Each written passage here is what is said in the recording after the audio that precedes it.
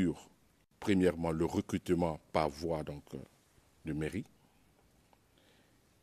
Et après nous avoir donc clarifié sur ce point, nous dire pourquoi est-ce que le recrutement de 2003 n'a pas suivi cette forme. Obéit à toutes les formes. Pour faire le recrutement, on ne passe pas par les mairies. Les jeunes Ivoiriens vont se faire recenser quand ils ont l'âge de faire l'armée. Ça permet déjà, quand on convoque une classe, de faire venir ceux-là en vue de se faire recruter. Sinon, on ne passe pas par la mairie. La décision de recenser de jeunes recrues pour l'armée est donc prise en Conseil des ministres. Le Conseil des ministres fixe le volume de personnes à recruter. Le Conseil des ministres fixe les conditions. Et une fois que c'est décidé en Conseil des ministres, le ministre de la Défense chargé de l'exécution de la politique de défense reprend donc le volume, les conditions fixées et par voie de presse convoque tous les jeunes Ivoiriens qui remplissent les conditions pour entrer dans l'armée. Et quand ces jeunes Ivoiriens arrivent, on leur fait passer une visite médicale.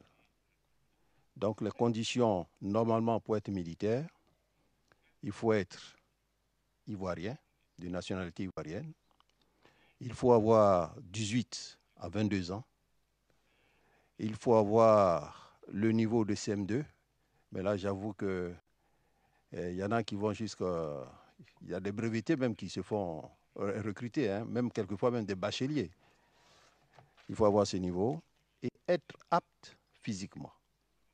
Si vous remplissez ces conditions, on fait les visites et dès qu'on atteint le quota décidé par le gouvernement, ben ceux-là, une fois qu'ils ont satisfait aux conditions de visite médicale, sont remis au chef d'état-major des armées pour être formés. Sinon, ce n'est pas le chef d'état-major qui fait le recrutement. Le recrutement est fait au niveau du ministère. Les visites médicales au niveau du ministère. Une fois que les éléments sont prêts, on les reverse au chef d'état-major des armées pour leur formation.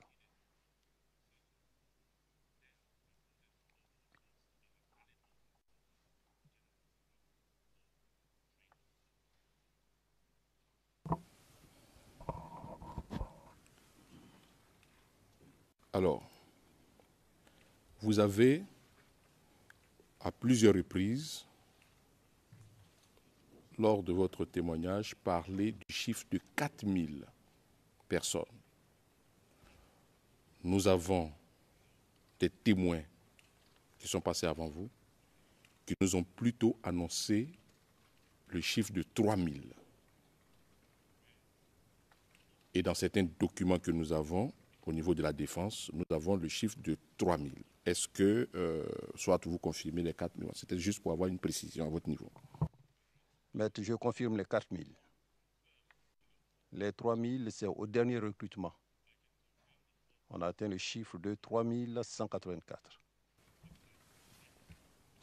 D'accord.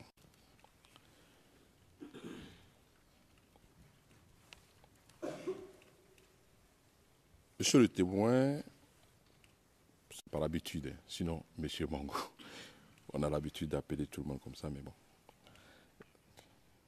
Excusez-moi si je passe. Donc, monsieur Mango, je voudrais qu'on revienne un peu sur l'attaque de votre domicile le 14 mars 2011 à Yopougon. Alors, est-ce qu'aujourd'hui, vous êtes capable de nous dire qui a envoyé ces personnes-là pour mener cette attaque?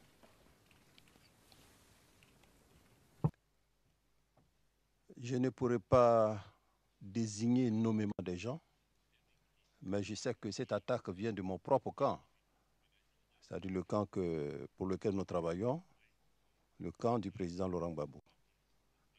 Parce que pour une discussion qui s'est passée entre 3 personnes, le président de la République, moi-même, Charles Blé Goudé, mon frère, je ne comprends pas qu'une tierce personne, la veille, vienne dire aux éléments de la garde, ben, mon veut que le président rende sa démission, c'est lui qui partira entre les quatre bois. Donc ça, je ne comprends pas. Le deuxième aspect, maître, dans la Bible, c'est dit que au commencement était la parole. Mais bien des choses arrivent par cette parole. C'est pratiquement des prophéties. En 2007, dans le cadre de l'accord politique de Ouagadougou, les discussions militaires qui ont eu lieu à Ouaga, j'ai bien précisé ici qu'aucun militaire ivoirien n'a assisté à ces discussions, même pour les questions militaires. Il est ressorti de cette discussion que 5000 vannes, c'est-à-dire 5000 volontaires armées nouvelles, des forces armées, des forces nouvelles, allaient rejoindre l'armée. Et lorsque le président Laurent Gbagbo, dans le même temps, a voulu mettre sur pied le service civique pour absorber un peu le flot des chômeurs, il nous avait convoqués avec le comité de pilotage dirigé par le ministre Robert Oulaï à la résidence pour que nous puissions lui faire le point des effectifs. Lorsque j'ai annoncé le chiffre de 5000 vannes, à l'issue de la réunion, la première dame est venue vers moi. Elle m'a tenu sur le langage. Si tu roules mon mari dans la farine, je ne vais pas te pardonner ça. Parole sortie de la première dame. Deuxièmement, à son procès, elle a dit, à la question du juge, pourquoi n'avez-vous pas demandé à votre époux de démissionner? Elle a dit, mais si je dis à Laurent de démissionner, mais il va me gifler. Donc, vous comprenez, j'ai dû faire une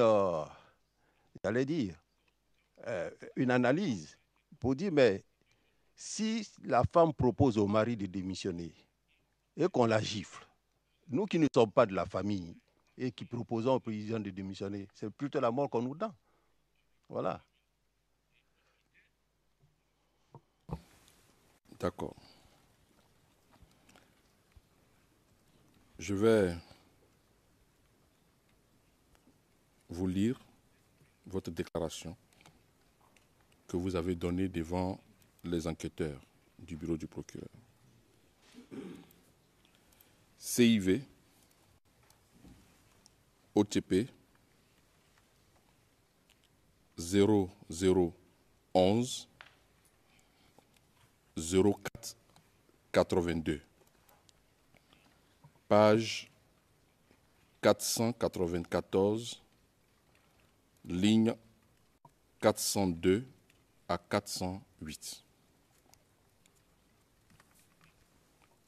Enquêteur numéro 2. Enquêteur 2. Et je cite enquêteur 2. Vous pensez que Blé Goudé était sincère dans ce qu'il vous disait? Personne entendu. Non. Écoutez, frère. S'il n'est pas sincère dans ce qu'il dit, moi j'ai toujours dit, je leur ai toujours dit la vérité. Les faits me donnent raison aujourd'hui. Enquêteur 2. Vous ne savez pas. Vous avez dit que vous ne savez pas s'il était sincère. Personne entendu. Je l'avais imaginé. Madame, je l'avais imaginé. Suite à tout ce qui s'est passé, je l'avais imaginé. Fin de citation. Monsieur Philippe Mangou, est-ce que, ma question précise, est-ce que, j'ai compris tout le développement que vous avez fait, j'ai dit, est-ce que vous savez de façon précise qui a envoyé. Vous pouvez dire, selon vous, sont les gens de votre camp. Ma question est précise. Je dis, est-ce que vous savez qui a envoyé ces personnes aujourd'hui vous attaquer? Derrière la question qui, je mets un nom.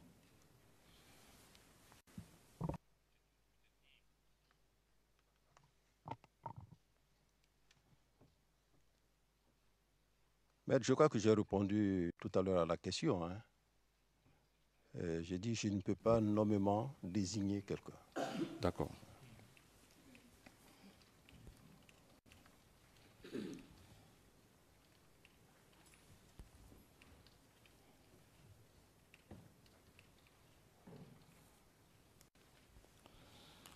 Alors, je vais aborder toujours dans le même sens, mais juste pour nous situer dans la chronologie des événements.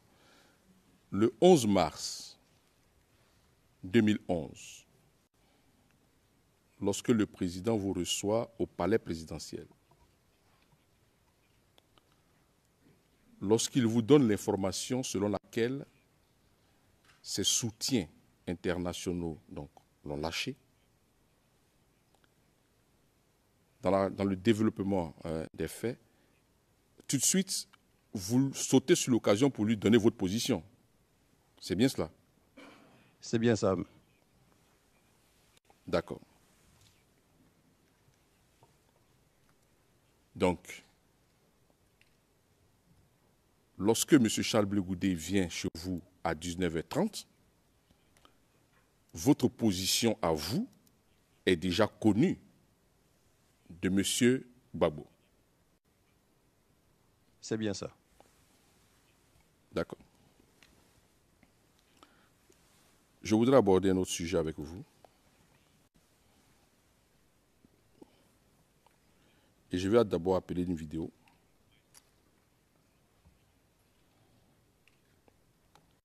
CIV.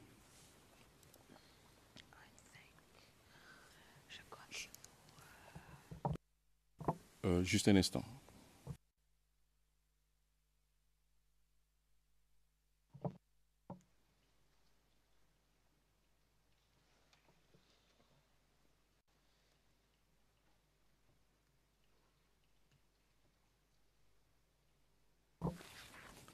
Je donne les références. CIV OTP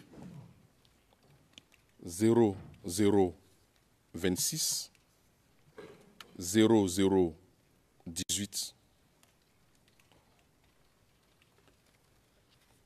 Le passage, donc il s'agit d'un JT de 20 heures qui a été diffusé le 4 mars 2011 et aussi au JT de 13 heures le 5 mars 2011. Les passages, donc 48 minutes 55 secondes à 52 minutes 16 secondes.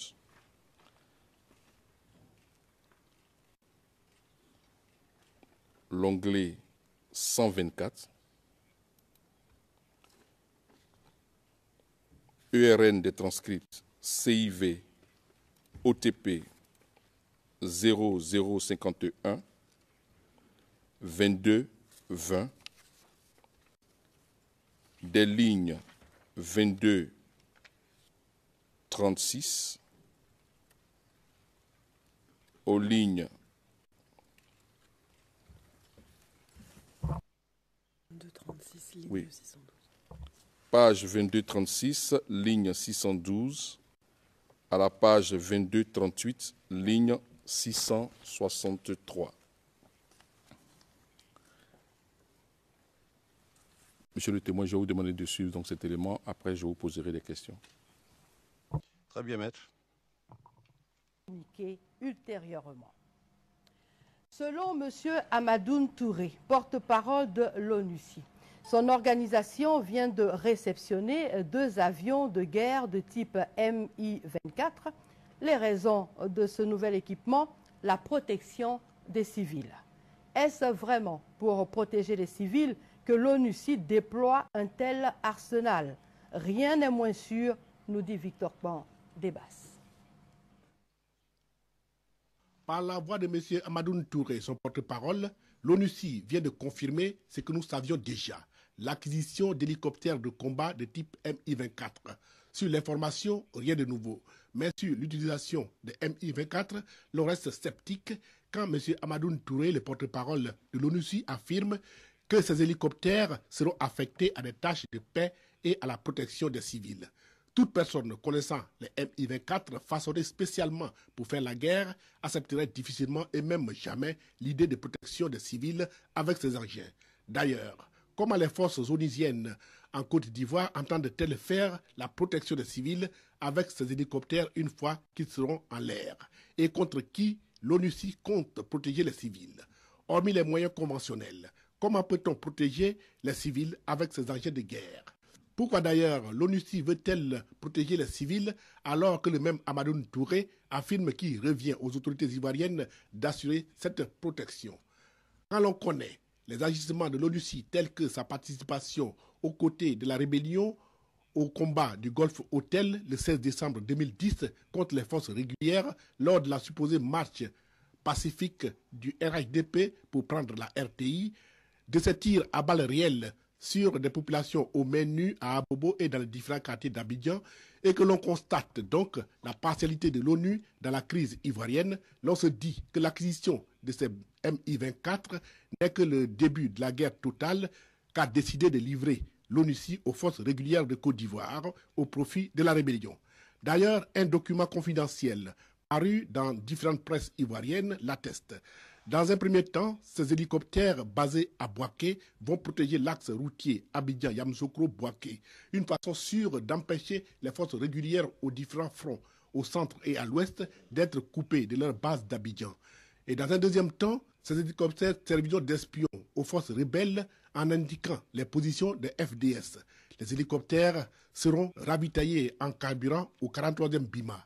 Alors la protection des civils par des Mi-24 est un flagrant délit de mensonge de l'ONUCI après la bourde d'avions de combat qui serait livrée à M. Laurent Gbagbo, élu président de la Côte d'Ivoire, alors que la Côte d'Ivoire est sous embargo. Une autre manœuvre de M. Choy pour diaboliser le président des Ivoiriens.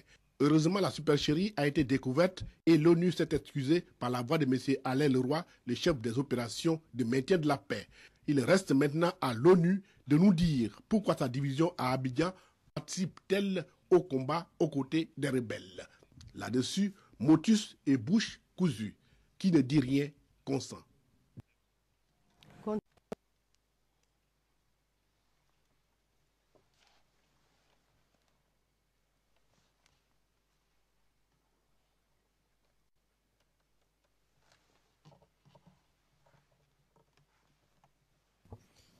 Maître Ndri, finition.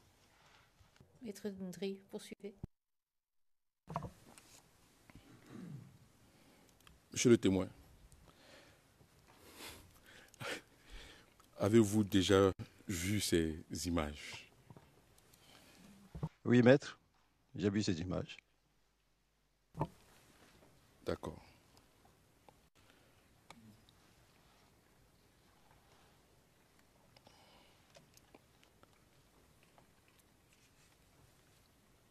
Monsieur Mangou, est-ce que votre état-major a été saisi de cette acquisition de Mi-24 par l'ONUCI en son temps? Oui, nous en avons été saisis.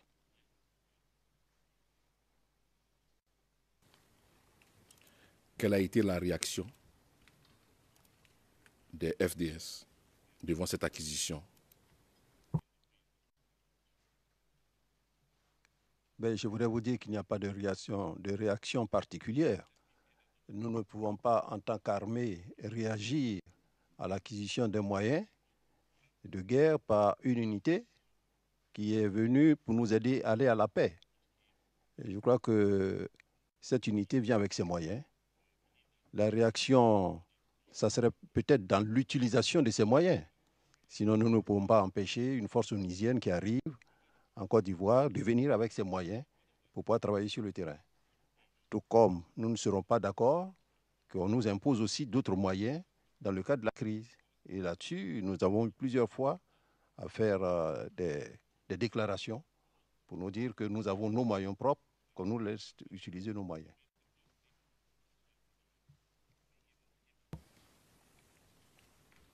Je n'ai pas été précis, je le confesse moi-même. Je parle de la réaction de l'état-major en son temps par rapport à l'ONUCI, mais je veux dire par rapport à l'acquisition d'avions de guerre. Je devais préciser. Oui, maître, je réponds, il n'y a pas eu de réaction. Quoi qu'il en soit, l'ONUCI a du matériel de guerre aussi. D'accord.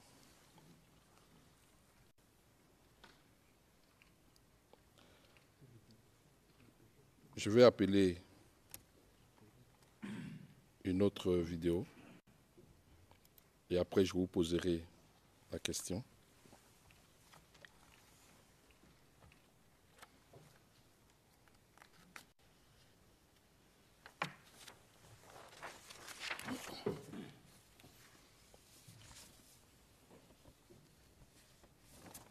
Excusez si je tarde un peu pour donner, vous savez, nous avons quelques contraintes techniques et voilà.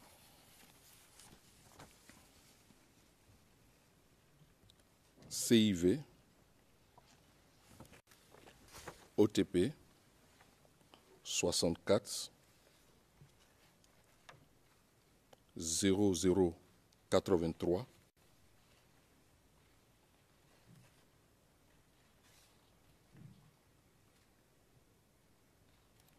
Retrouvez la météo avec vidéo, le JT de 20h.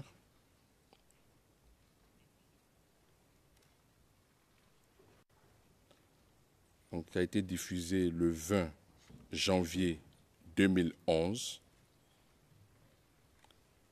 La minute qui nous intéresse, c'est de 8 minutes 52 secondes à 15 minutes. Onglet 374.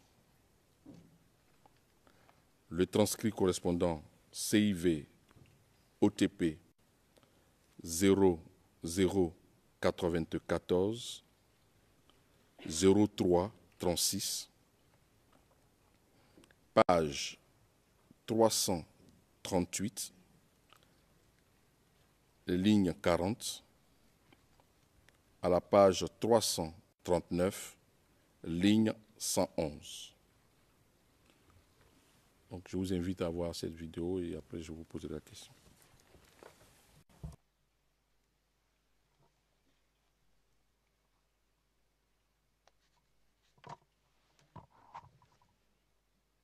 À répondre à Guillaume Soro, qui l'accuse de ne pas être du côté de la vérité. Je voudrais donc profiter de la présence du ministre Blé Goudé, qui est le président de la jeunesse ivoirienne, qui est venu ici nous apporter le soutien de cette jeunesse, pour m'adresser un peu à un des jeunes aussi, qui par la force des choses est devenu piédestal, nargue tout le monde. Et je vais parler de Guillaume Soro. Dans l'interview, Guillaume Soro me dit que je ne suis pas du côté de la vérité, que je suis fils de pasteur. Je le reconnais. Mais je lui dis qu'il n'est pas du côté de la vérité, qu'il a été ancien séminariste, donc il était pratiquement lui à deux doigts d'être prêtre, c'est-à-dire homme de Dieu. Il faut que les choses soient claires pour les Ivoiriens. Et je voudrais que les Ivoiriens sachent la vérité. Nous avons été approchés par ce monsieur pour nous demander de mettre l'armée à la disposition de M. Alassane Ouattara qui, dit-il, venait d'être élu. Nous lui avons dit non.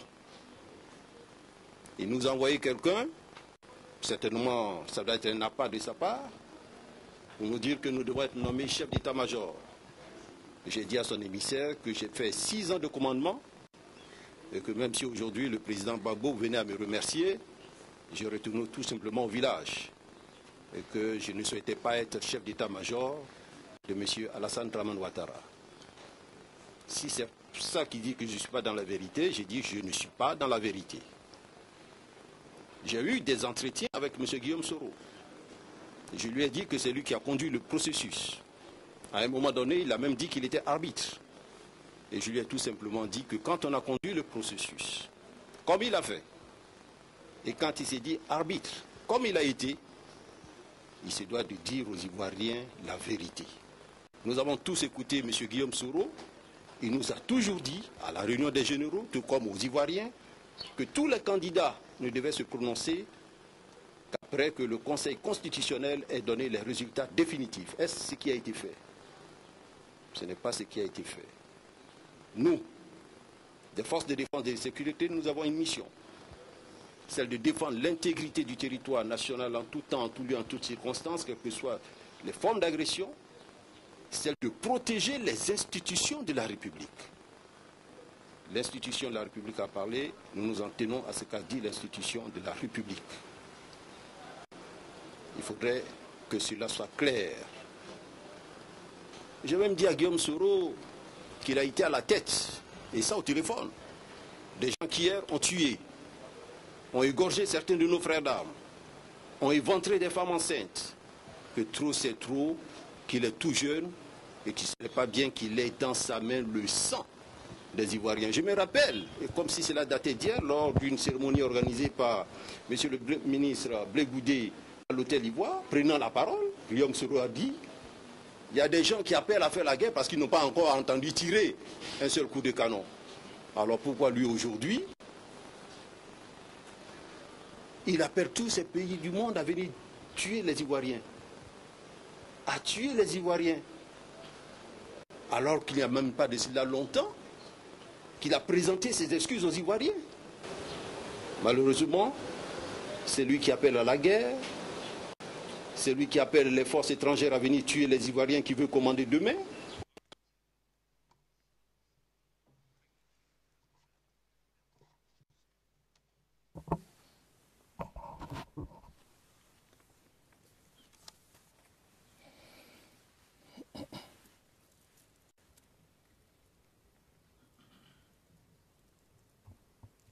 Maître André.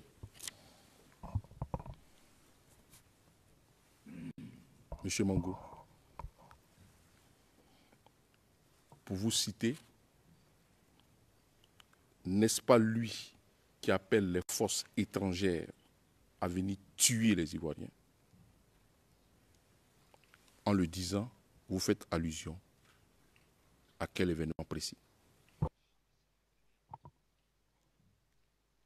En le disant, je faisais allusion aux événements de 2002.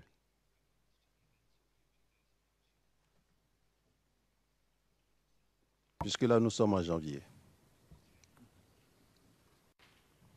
Nous sommes en janvier 2011. Janvier 2011. Donc, je le disais par rapport aux événements de 2002. Ceux qui ont été égorgés, c'était des frères d'armes, des gendarmes qui ont été égorgés à Boaké. D'accord. On reviendra plus tard sur cette vidéo. Je voudrais appeler une autre vidéo. CIV, OTP, 0064, 0083. C'est une vidéo donc de la RTI, un JT, qui a été diffusée le 20 janvier 2011 à 20h. Et nous allons partir donc de la minute 52-38 à 54-29, onglet 374. Le numéro de transcrit, c'est CIV D25 0050 0016, onglet donc du transcrit 824.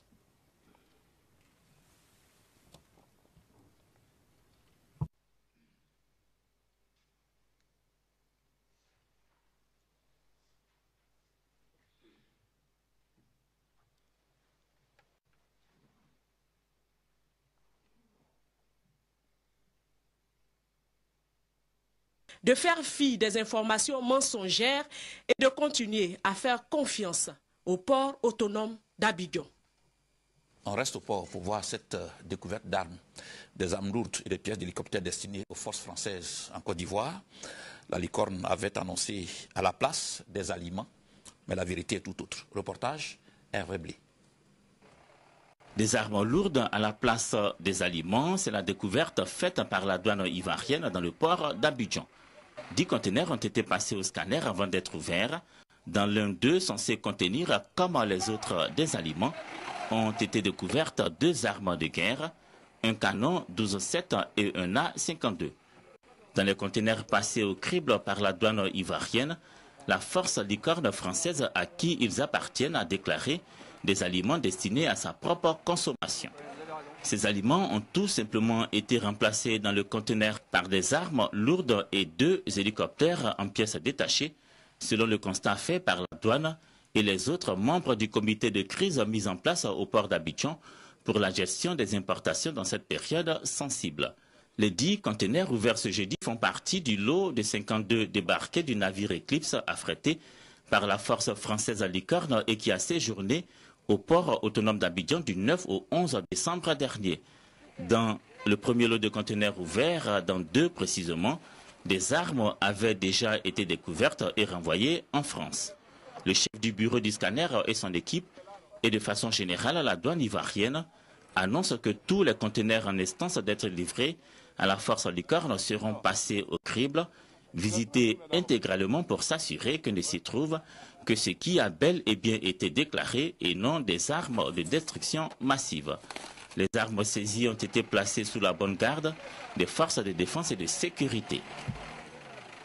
La Confédération Dignité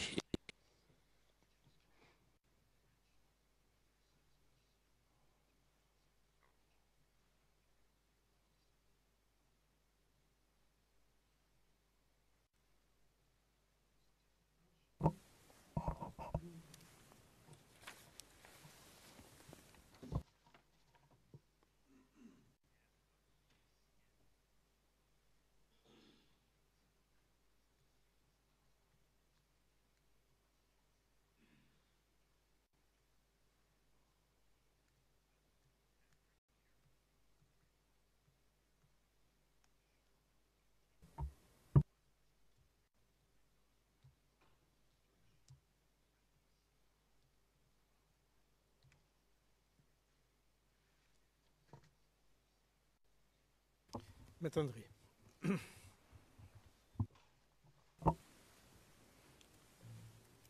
Monsieur Philippe Mangou, ça commence à venir. Pourtant, ce n'est pas compliqué, hein? Oui, vraiment. Okay. Allez-y, maître. C'est une déformation professionnelle, souvent, vous savez. Alors, est-ce que vous avez déjà vu ces images que nous venons de voir? Oui, maître.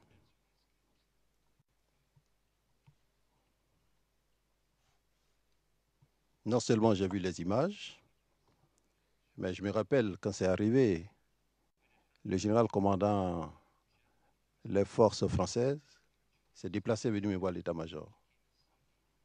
Nous n'y avons vu aucun inconvénient, nous avons restitué le matériel.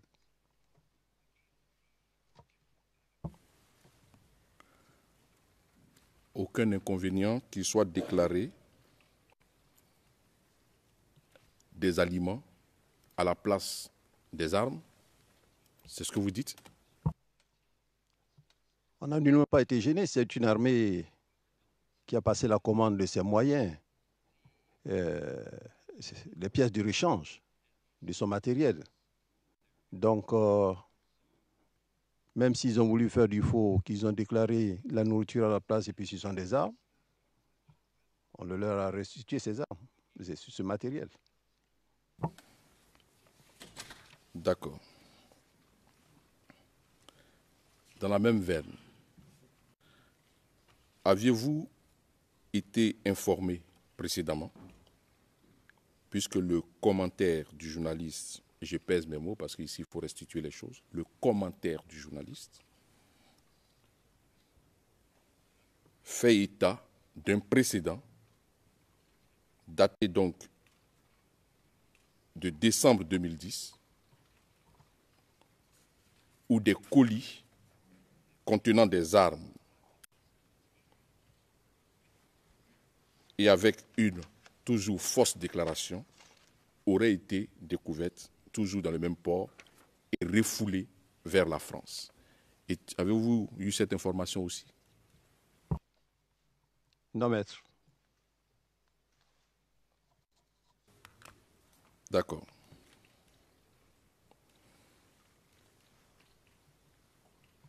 Monsieur Philippe Mangou, est-ce que le nom Renaud Vignal vous dit quelque chose?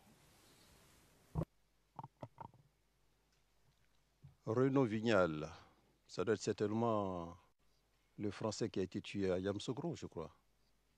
Non? Non, pas lui? Je vais vous suggérer, pour voir si l'ambassadeur de la France en Côte d'Ivoire au moment du déclenchement de la crise. Le nom, oui.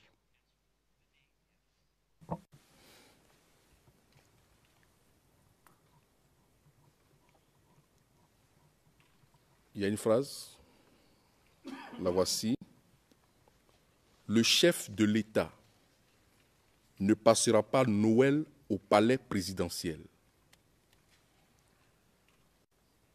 Parlant du président Laurent Gbagbo en 2002. Est-ce que dans les grandes étapes de la crise ivoirienne, cette phrase vous dit quelque chose? Le chef de l'État ne passera pas Noël au palais présidentiel. Oui, cette phrase me dit quelque chose. Vous pouvez en dire plus à cette chambre? Alors, maître, j'ai envie de dire quelque chose quand même à cette chambre.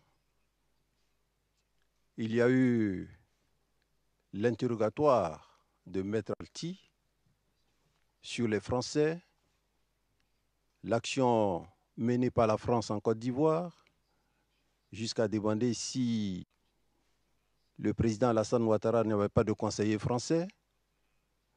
J'ai été même à un moment donné tenté de lui demander si lui n'est pas le conseiller du président Laurent Gbagbo étant français.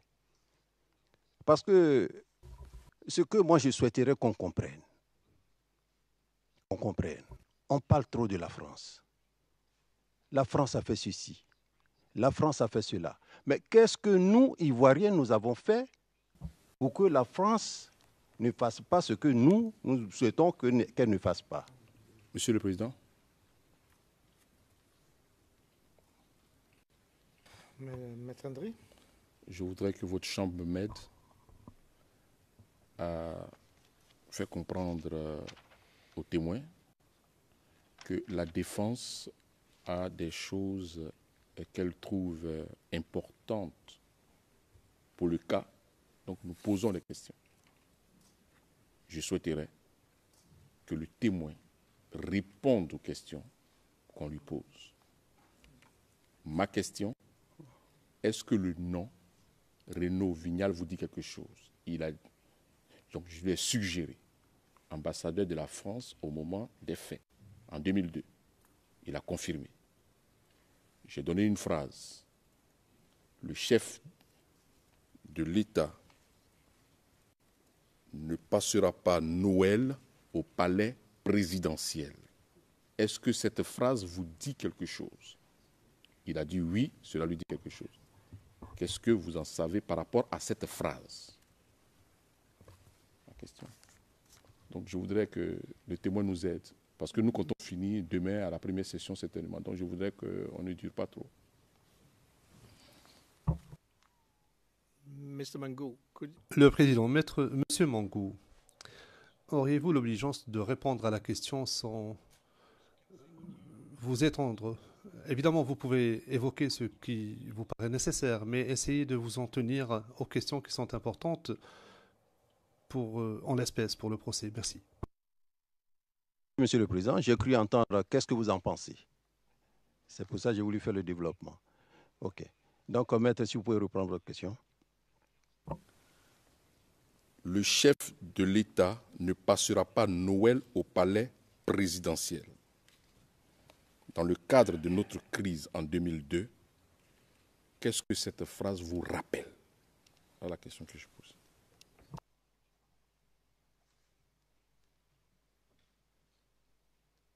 Alors, qu'est-ce que cette phrase me rappelle? Je dirais que c'est une phrase qui a été prononcée par une personne. Est-ce qu'elle pouvait refléter la réalité? Je ne sais pas.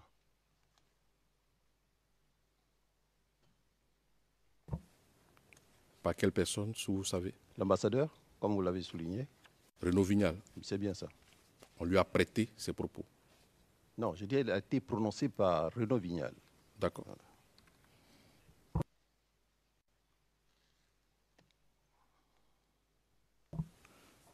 Je vais appeler une autre pièce. CIV, OTP,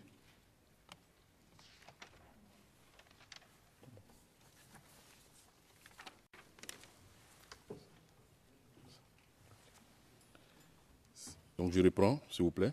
CIV OTP 0075 0053. C'est un JT donc de la RTI.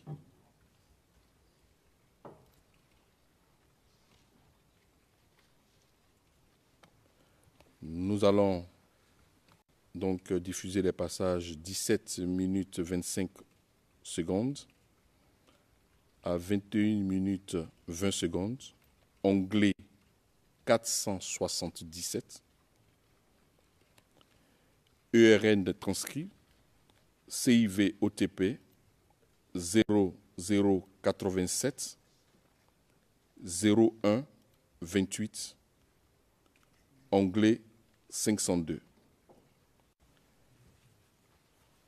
Monsieur Mangou, nous allons suivre donc cela et puis je vais vous poser la question. Ok, maître.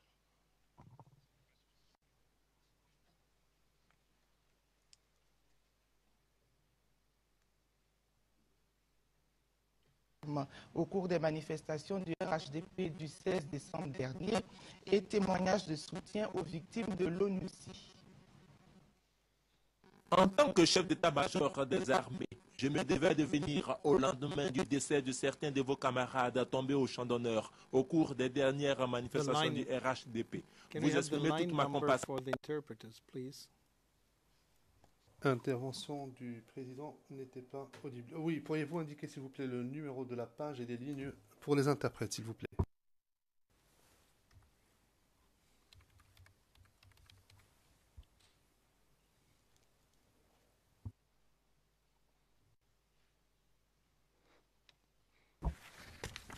Donc, page 0129 à partir de la ligne 12.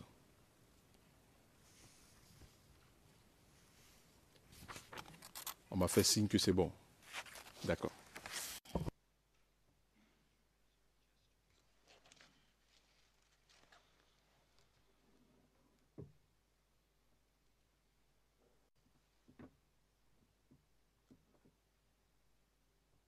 Au cours des manifestations du RHDP du 16 décembre dernier et témoignages de soutien aux victimes de l'ONUCI. En tant que chef d'état-major des armées, je me devais de venir au lendemain du décès de certains de vos camarades tombés au champ d'honneur au cours des dernières manifestations du RHDP.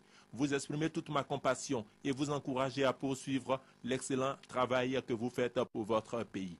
C'est par ces mots que le général de corps d'armée Philippe Mangou a commencé son adresse au personnel des forces terrestres qu'il a exhorté à demeurer soudés pour la restauration de la dignité et de la souveraineté de la Côte d'Ivoire.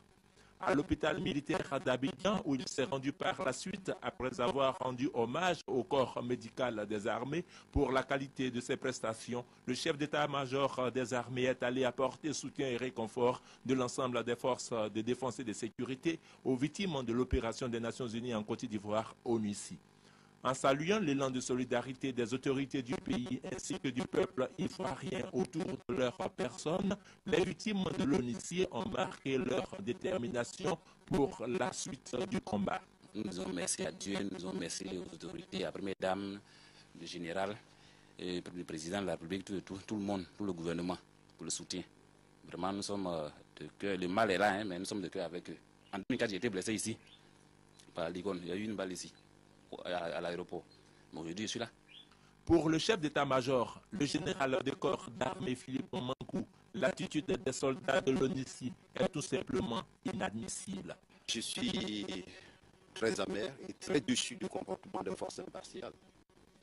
Hier, le général Hafiz, avec insistance, m'avait demandé de voler au secours de certains de nos frères des forces impartiales qui avaient été bloqués par une foule évaluée à près de 6000 personnes. Je suis parti de mon bureau à 9 h. Je ne suis rentré à la base qu'à 15 h. C'est dire que les négociations ont véritablement achoppé avec la jeunesse, mais Dieu merci. Les jeunes m'ont compris et nous avons pu extirper 13 éléments de force impartiale de l'ONUCI. Personnellement, je les ai pris avec moi pour aller les remettre à la base au général Hafiz. Je ne comprends pas qu'aujourd'hui, qu'ils veuillent donner des instructions à ces hommes pour tirer sur des Ivoiriens au menu. Cela ne se fait pas. Toutes les forces régulières militaires ont été instruites au droit international humanitaire. Même sur le champ de bataille, il y a des choses qu'on ne peut pas faire. Tout simplement parce que la Convention de Vienne nous le commande. Il faut respecter les civils au menu. Il faut avoir un minimum d'égard pour ces civils. Il faut collaborer avec ces civils dans la courtoisie. Et nous disons au général Hafiz que c'est la dernière fois que ces hommes tirent sur des Ivoiriens au menu. Nous le disons aussi pour l'ICOR, parce qu'il y a eu déjà un antécédent.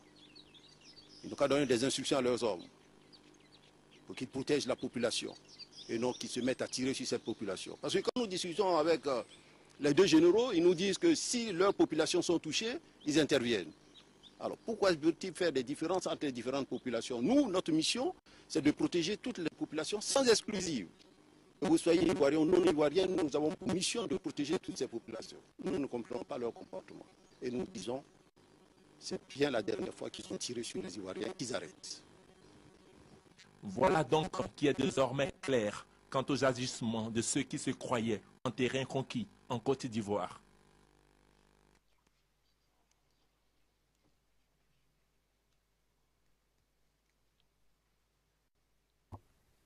Maître Andry? I think the French was... Je pense que le français n'était pas très clair. The English version was clear. Cette fois-ci, la version anglaise était plus claire que la version française, ce qui est étrange. Monsieur le Président, je confirme effectivement.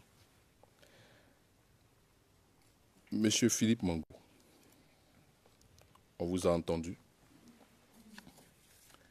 Est-ce que vous pouvez confirmer devant cette chambre que la mission des Nations Unies en Côte d'Ivoire a tiré sur des civils aux mains nues? Non, ce n'est pas la mission. Nous avons eu plusieurs fois à le relever, ce n'est pas la mission.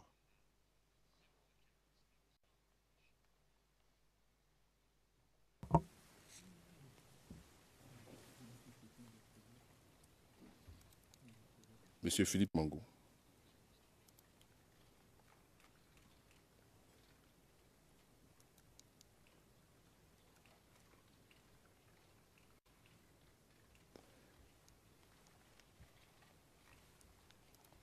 Quelles sont les obligations d'un ambassadeur dans son rapport avec les Nations Unies? Est-ce qu'un ambassadeur se doit de ne pas dire des choses contre les Nations Unies? Est-ce que c'est une obligation? Je ne suis pas ambassadeur, donc je vous pose la question pour savoir.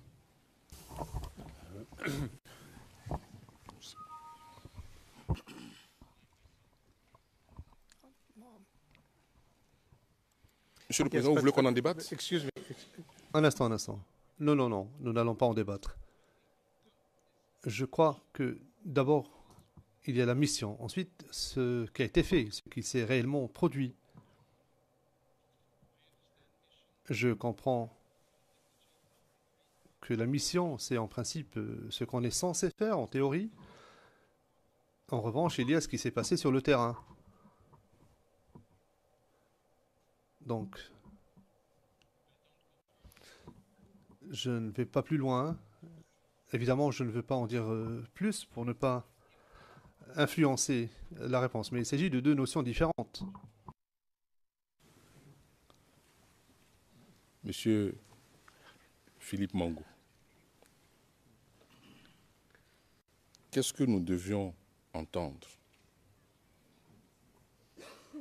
par vos propos quand vous dites qu'il faut que le général Hafiz parle à ses hommes, il faut qu'ils arrêtent de tirer sur des civils aux mains nues? C'est nettement plus clair. Maître, je suis ici en tant qu'ex-chef d'état-major des armées et non en tant qu'ambassadeur. Parce qu'en venant ici, je ne suis pas venu avec mon passeport diplomatique. Alors, j'ai eu à m'expliquer longuement là-dessus et j'ai dit que ce n'est pas de la compétence des forces de s'en prendre aux civils aux mains nues. La mission de toute armée, c'est de protéger la population. Et je me suis élevé contre cette manière de faire. Et j'ai même dit que l'ONUCI donnait dans la provocation. C'est pour cela que, personnellement, je me suis déplacé partout où les jeunes Ivoiriens ont été touchés par les tirs des forces impartiales pour les encourager et au besoin pour donner un peu d'argent pour que des soins leur soient prodigués. Nous n'avons jamais été d'accord sur cette manière de faire parce que nous disons que la balle qui sort du canon n'est pas adressée à un jeune du LMP ou un jeune du RHDP ou un jeune du PIT. Quand elle sort du canon, elle ne choisit pas son camp. Donc nous avons trouvé que ce n'était pas bien. Nous l'avons relevé. Nous l'avons relevé. Je suis allé, j'ai vu le général Hafiz et je lui ai dit, nous avons eu une réunion. Et moi-même, j'ai été sollicité. La dernière fois, je vous ai dit 9 parce que je n'avais pas le chiffre en tête. Mais c'est bien 13 Bangladeshis que je suis allé secourir à Yopougon. Je ne les connaissais pas, mais par le simple fait que ce soit des frères d'armes, je me devais d'aller les secourir. Donc, si je le fais pour leurs éléments, mais en retour, il faut bien qu'ils me rendent aussi la bonne monnaie, qu'ils le fassent pour les jeunes Ivoiriens. Et là-dessus, nous nous sommes toujours battus pour ça.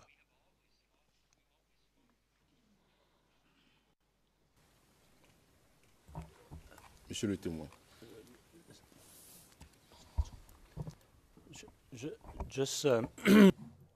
Monsieur MacDonald, un éclaircissement, Monsieur le Président, parce que je m'y perds dans les dates.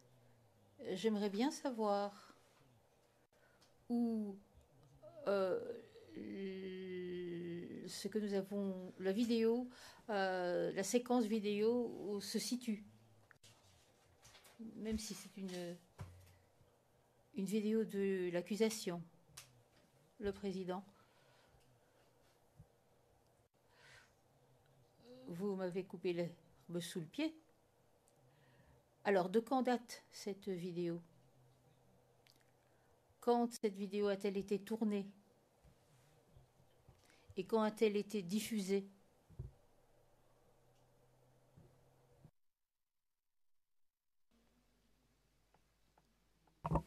Monsieur le Président,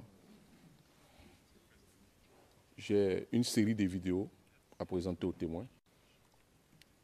La seconde vidéo, ou du moins la vidéo qui va suivre, va mieux éclairer votre chambre en ce qui concerne les faits concernant la victime que nous avons vue, M. Rabé. Donc je demande là vraiment l'indulgence de votre chambre, parce qu'effectivement, si nous voulons, comme le procureur l'a dit, c'est une vidéo du procureur. Si on veut tenir compte des mentions portées là, il y a une erreur. Pas de notre fait, mais du fait du procureur. Donc, si nous voulons vous donner cette date, c'est une date erronée.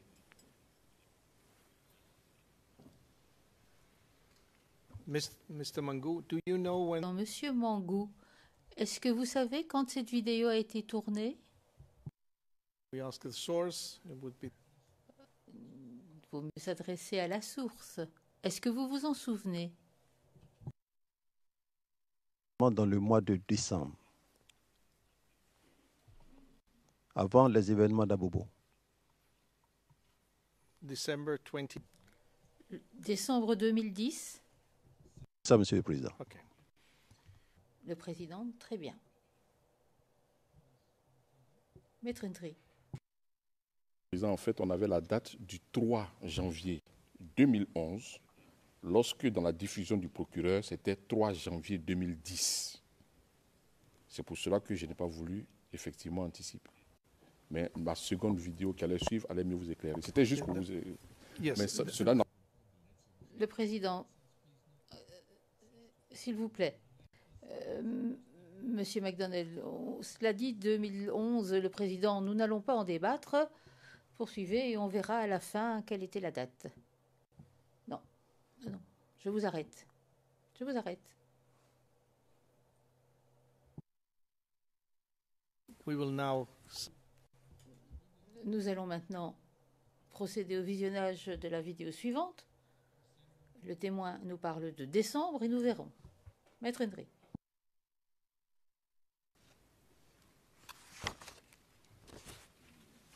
Monsieur Mangou, Philippe.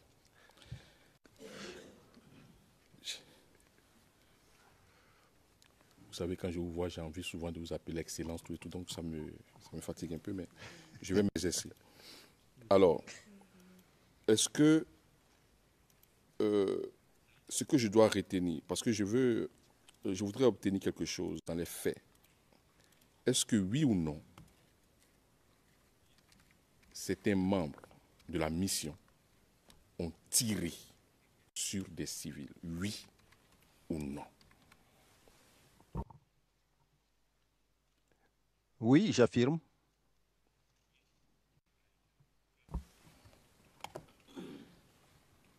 Tout à l'heure, sur cette vidéo, nous avons vu le nom de la victime, d'une des victimes, M. Rabé, c'était écrit. Est-ce que vous pouvez nous dire un peu plus sur les circonstances de ces blessures?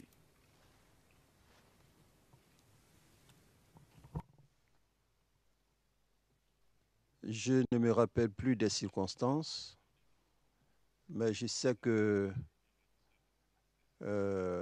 l'ONUCI a souvent tiré sur les jeunes Ivoiriens, tout simplement parce qu'ils ont mis un branchage sur la route pour empêcher le passage du char, ou bien tout simplement parce qu'ils se sont opposés à leur déplacement, ils ont tiré sur eux.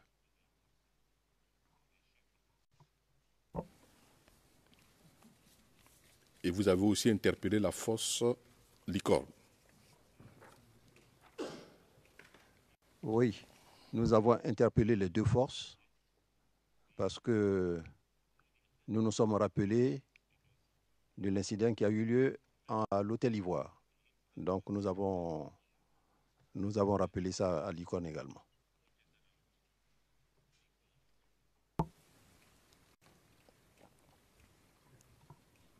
Monsieur Philippe Mangou, est-ce que, si vous le savez, si vous avez eu connaissance, donc je mets une condition, est-ce que dans un seul rapport, si vous le savez, de Human Rights Watch ou de Amnesty International, vous avez lu que la mission des Nations Unies en Côte d'Ivoire, pas la mission, bon, certains membres de la mission, se sont rendus coupables de violation du droit international humanitaire?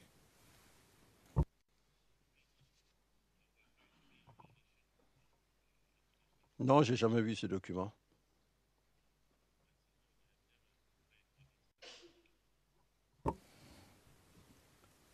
Je vais appeler une autre vidéo.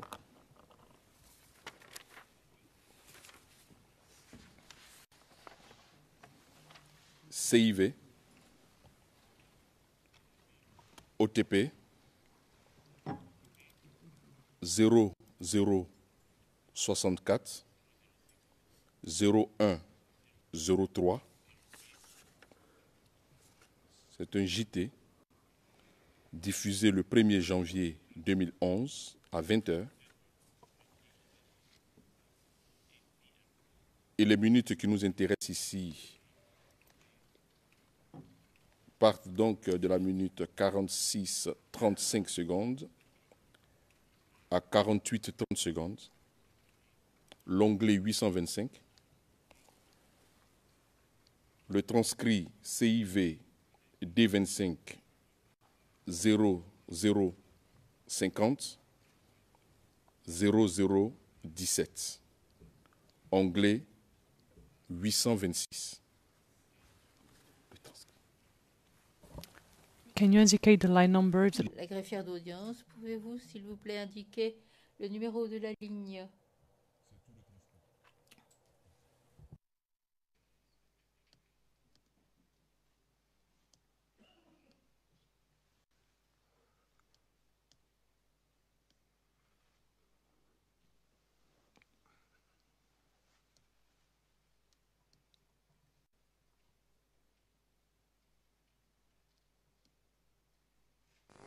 La première dame de Côte d'Ivoire a rendu visite aux blessés, victimes de la force des Nations Unies en Côte d'Ivoire.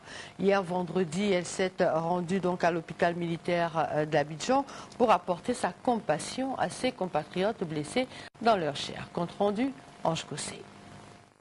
L'armée de la mission des Nations Unies en Côte d'Ivoire a bel et bien tiré à balles réelles sur des Ivoiriens. C'était le mercredi 29 décembre 2010 dans la commune d'Abobo.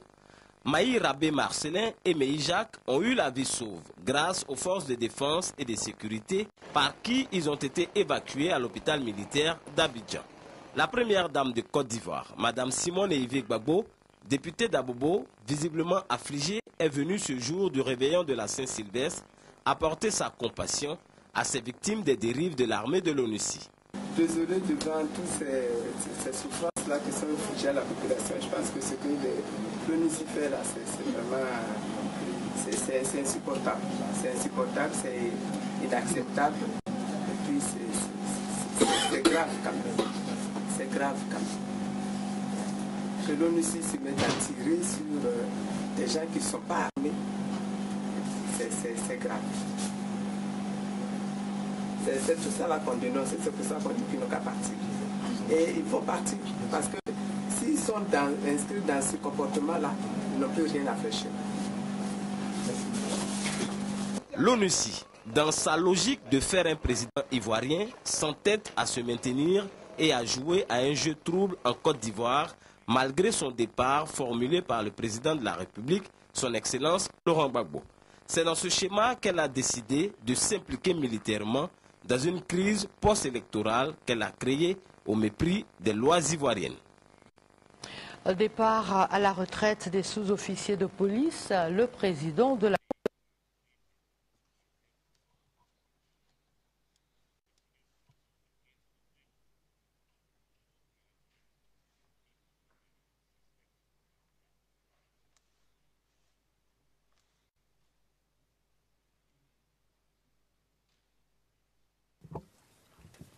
Monsieur le Président, juste une minute.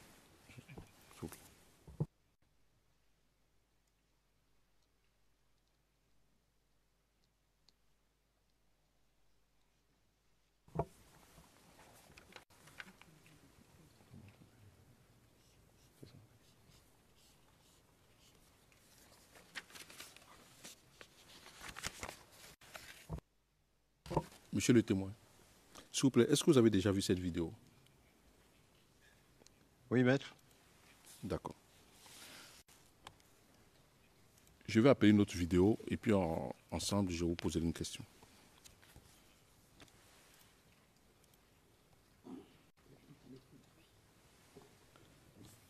CIV OTP 0064 0078.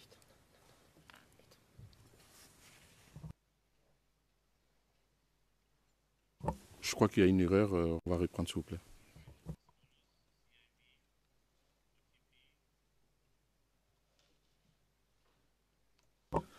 Voilà. Après vérification, nous pensons que c'est bon. C'était la bonne vidéo. Donc CIV OTP 0064 0078. Le JT, c'est un JT du 19 décembre 2010. Il a eu plusieurs diffusions. 13 heures. Je peux juste m'arrêter là, je pense, pour une seule diffusion. Et les passages qui nous intéressent partent donc de la minute 21:35 secondes à 26:04 secondes. L'onglet 373. L'ERN du transcrit, donc CIV D25 0050 0012, page 13, ligne 53 à 120. L'onglet du transcrit 823.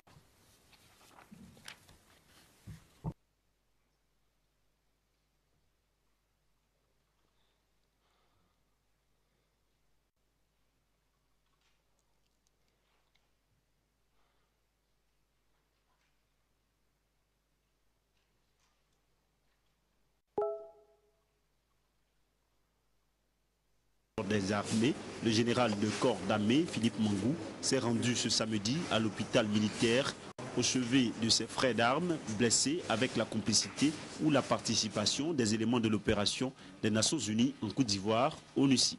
Retour sur les affrontements entre forces de défense et de sécurité de Côte d'Ivoire et forces armées des forces nouvelles jeudi dernier à l'hôtel du Golfe. Je tombe tombé dans une embuscade. On commence à rafaler sur notre véhicule. Donc, on nous a dit de descendre. Quand on est descendu, nous ont mis dans un caniveau. Là, ils ont abattu deux de nos gars. Ils ont tiré sur. Le président, désolé, il va falloir s'interrompre. Les interprètes n'ont pas la bonne transcription, il faut trouver la bonne version et recommencer.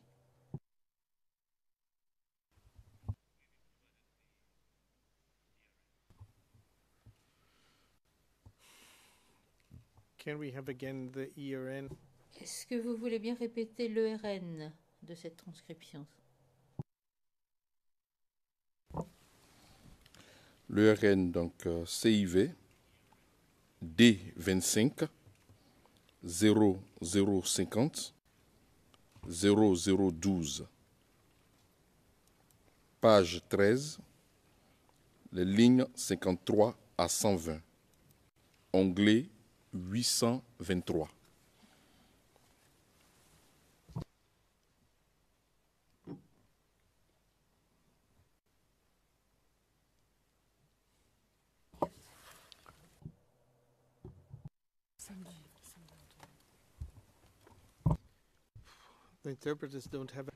Le président, les interprètes n'ont pas de copie papier. Avez-vous une copie papier?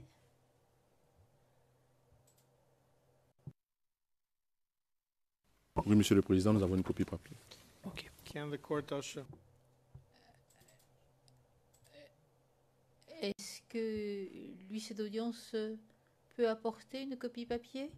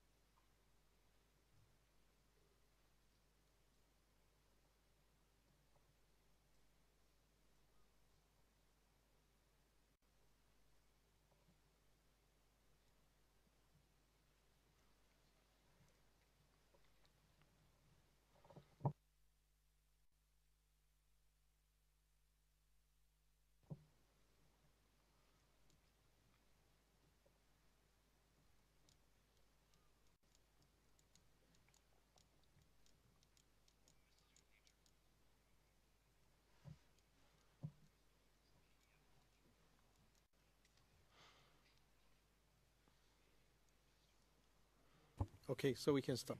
Le président, nous pouvons commencer. Chef d'état-major des armées, le général de corps d'armée, Philippe Mangou, s'est rendu ce samedi à l'hôpital militaire au chevet de ses frères d'armes blessés avec la complicité ou la participation des éléments de l'opération des Nations Unies en Côte d'Ivoire, ONUCI. Retour sur les affrontements entre forces de défense et de sécurité de Côte d'Ivoire et forces armées des forces nouvelles jeudi dernier à l'hôtel du Golfe. Je tombe dans une embuscade. On commence à rafaler sur notre véhicule. Donc, on a dit de descendre. Quand on est descendu, ils ont mis dans un caniveau. Là, ils ont abattu deux de nos gars. Ils ont tiré sur moi. Donc, quand ils ont tiré, il y avait un caniveau à côté. Je suis tombé dans le caniveau, le monsieur jouait leur mort. Puis il y a un tunnel qui passait par là. Je suis rentré dans le tunnel. Et là-bas, j'étais couché pendant au moins 2 heures du temps. Puis après, je suis ressorti. C'est là que j'ai vu nos gars qui sont venus me secourir. Bon, et tous ils portaient un brassard bleu. Et tous ils portaient un brassard bleu, les de crêpes. Ils étaient en demi-saison. Demi-saison. Ils portaient un brassard bleu sur l'épaule. Les combattants en brassard bleu sont bel et bien des éléments des forces armées des forces nouvelles, portant ainsi des brassards de l'ONUCI pour tromper la vigilance des forces de défense et de sécurité de Côte d'Ivoire. Autre fait à mettre sur le compte des soldats de l'ONUCI, des policiers ivoiriens atteints dans la nuit du vendredi à samedi. Hier, aux environs de 23h15, nous quittions les 2 plateaux et au niveau du feu rouge avant le carrefour de la vie, on a aperçu un char qui a quitté dans le sens du lycée technique.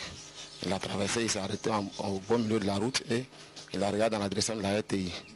Quand on est arrivé à leur niveau, on a constaté qu'il y avait un deuxième char qui était derrière lui, mais qui n'avançait pas. Donc on s'est mis devant lui et je lui ai demandé, mais vous allez où? Vous cherchez la RTI, c'est la RTI qui est là-bas. Il dit non, je ne cherche pas la RTI, mais vous allez où? Il dit il ne comprend pas français. Il dit, moi je ne comprends pas anglais. Et bon, vous allez où? Il dit non, qu'ils sont perdus. Il dit, bon, vous allez vous retourner, en vous accompagnant, et puis vous allez vous retrouver. Il dit où? Il dit non, à Sébreko. Donc allons à Sébreko. Il dit, ils vont tourner, il dit, non, vous faites marche arrière, les 2 chars, et nous on vous suit. Ils se sont exécutés. Nous sommes arrivés au niveau des sapeurs-pompiers, j'ai aperçu un barrage de policiers, je me suis présenté. Je leur ai dit que j'ai reconnu un policier dedans qui m'a vu, il dit, ah chef, vous allez où? Il dit non, ils disent qu'ils sont perdus, donc je les accompagne à Sébreko, pour ne plus qu'ils se perdent encore. Donc on est parti, arrivé au niveau de la gare nord. Ils sont allés vers Bobo, on a coupé devant eux, on leur a dit c'est pas là-bas, retournez, on va partir. Je dis, ils ne connaissent pas la route, bon suivez-nous. Arrivé au niveau de pharmacie à Ban là, on leur a dit de passer devant. Ils sont passés devant et on est arrivé au niveau de Sébreko, je savais qu'il y avait un poste d'observation là.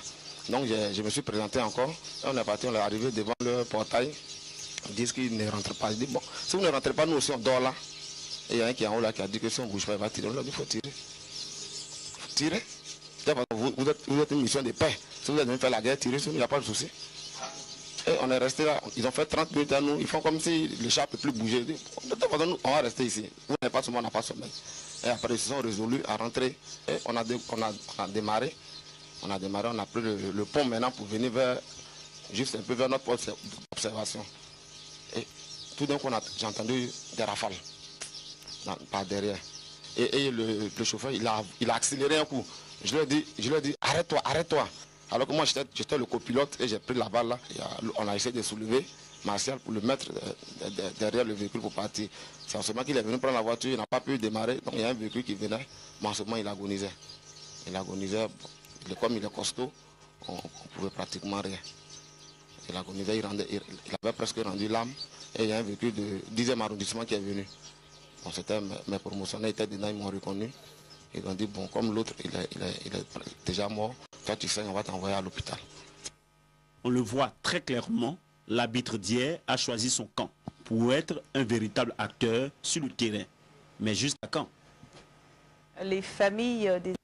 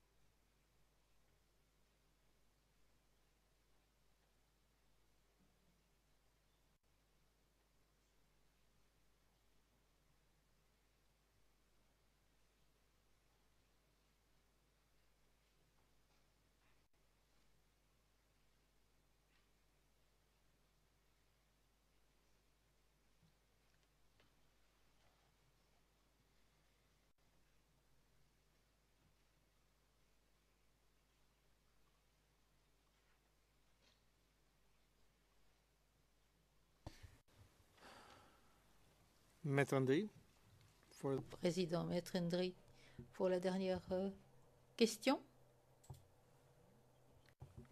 Je pense que vous avez vu l'heure. Monsieur le Président, je poserai ma question demain matin. Comme ça, ce sera bon, No, parce que c'est... I think we can, No. as you wish. Le Président, je pense que nous pouvons, mais c'est comme vous voulez. Demain matin. OK. Le Président, très bien. Vous allez pouvoir ainsi réfléchir à la vidéo que vous avez vue. Vous aurez des questions demain matin. Je vous remercie, Monsieur Mangou. Je remercie tout le monde. Et cette audience est levée jusqu'à demain matin 9h30.